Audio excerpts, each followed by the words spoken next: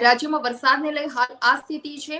18 લોકોના મોત થઈ ચૂક્યા છે। આજે પણ 8 જિલ્લા રેડ એલર્ટ પર છે, એટલે ત્યાં અતિ ભારે વરસાદ થઈ શકે છે અને જેમાં ઘણા બધા વિસ્તારનો સમાવેશ થાય છે। બુધવારે ભારેથી અતિ ભારે વરસાદ અમુક જિલ્લાઓમાં થઈ શકે છે। અમદાવાદ, આણંદ, ભરૂચ, સુરેન્દ્રનગર, મોરબી, પોરબંદર, જુનાગઢ, બોટાદ ઓરેન્જ એલર્ટ પર છે। તો બનાસકાંઠા, પાટણ, મહેસાણા, સાબરકાંઠા, ગાંધીનગર, અરવલ્લી, ખેડા, વડોદરા, સુરત, નવસારી, વલસાડ, કચ્છ, રાજકોટ, જામનગર, અમરેલી, મોરબી, દ્વારકા, ગીર સોમનાથ અને દીવ આવા જિલ્લાઓમાં પણ અતિ ભારે વરસાદનું એલર્ટ આપવામાં આવ્યું છે અને લોકોને પણ સાવચેત રહેવા માટે તંત્ર દ્વારા અપીલ કરવામાં આવી રહી છે।